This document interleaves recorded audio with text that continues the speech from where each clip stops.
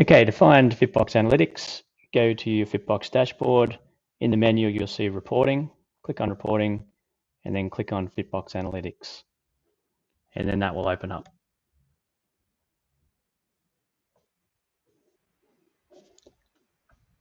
Okay, once your analytics dashboard is loaded, you'll see here you land at the menu.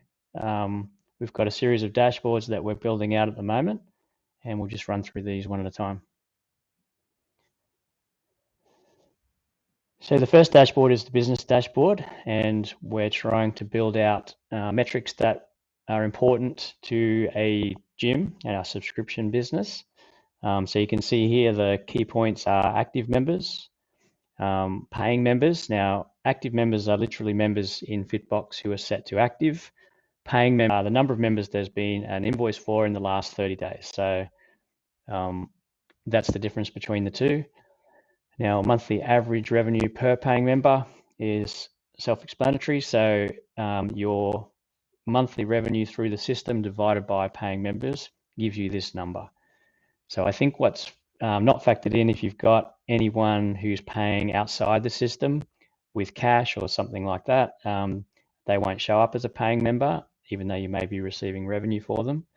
But otherwise, the main difference between these two is if there's waived fees. So coaches and anyone who's not on a paid membership would be in here.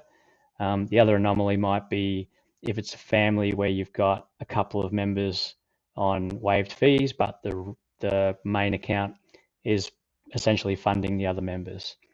So that's the difference. 153 in this case, average revenue per member.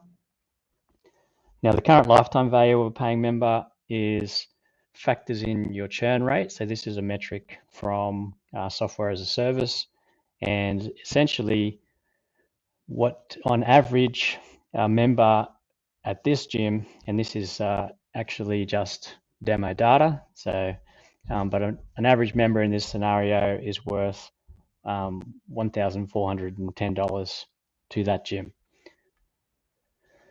So here you can set your date range, and that will obviously change some of these figures, such as new and lost members. It will set the churn rate. So if you wanted to see what your churn rate is over the last few months, you would just change the data here, and that will change your churn rate. So your churn rate is the percentage of your membership that is leaving each month on average. So if you've got 100 members and your churn rate's 10%, it means you have 10% of your membership leaving each month.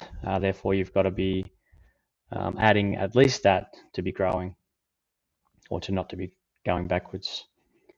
Again, this is demo data, so it may not compare to the dashboard that you're looking at.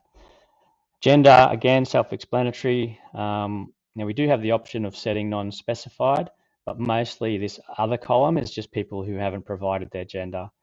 That has a few implications to things like leaderboards.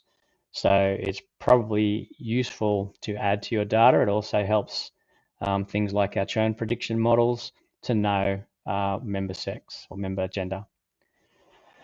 Down here shows you top 5 products by revenue. So obviously you'd have product names down here, or membership names, and it gives you an idea of which of your memberships are generating the most revenue. So based on the date range you pick up here, you can see your new members in that period and any lost members in that period.